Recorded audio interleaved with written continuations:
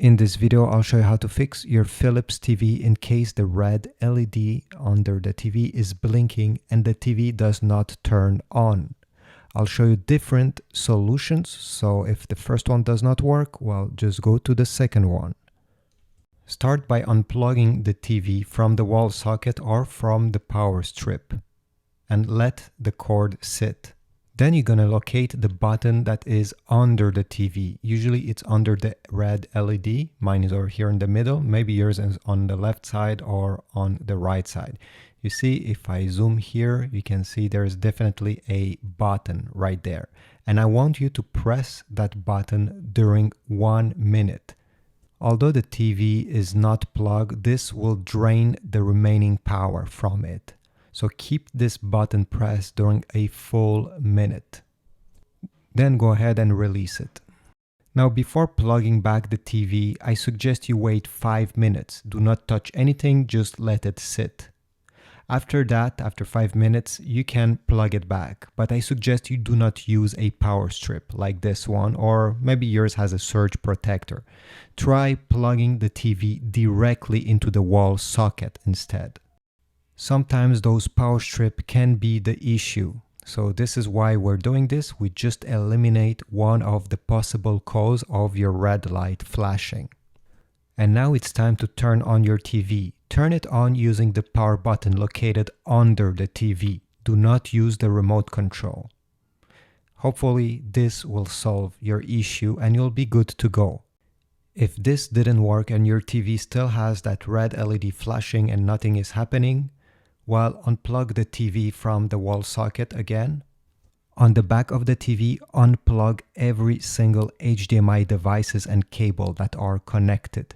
Here I have a Chromecast, but maybe you have a Roku TV, an Apple TV, PlayStation, whatever. Just unplug everything.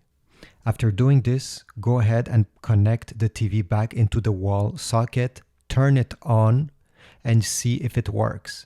If it works, connect back each HDMI cable one by one. So connect one, then check and see if the TV is still working, then connect the second one. This way you're going to find the one that is causing an issue.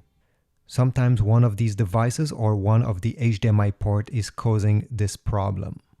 If nothing changed and the TV still has that red LED blinking, I suggest you take the remote control of the TV and all the other remote controls from the other devices that are connected to your TV. So a Roku stick, Chromecast, again, maybe your Apple TV remote control.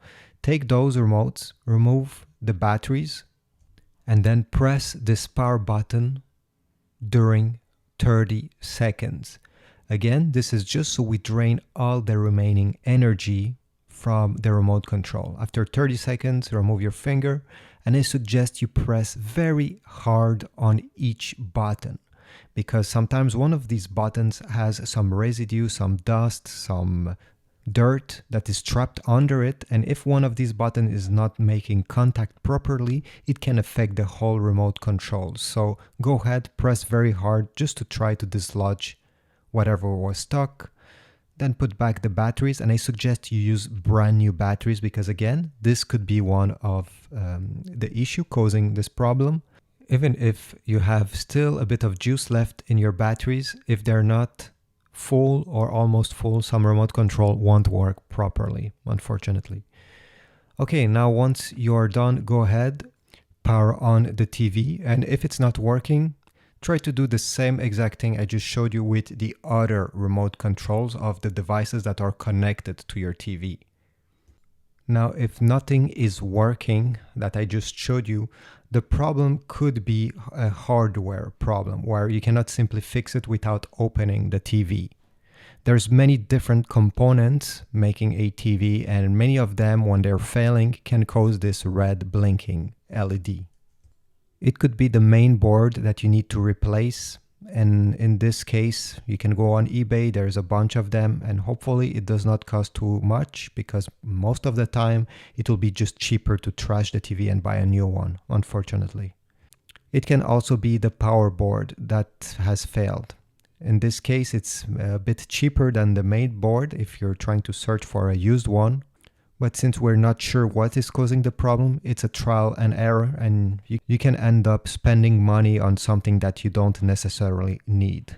So I highly suggest you find a technician or somebody who knows how to fix these stuff if you intend to invest some money into repairs.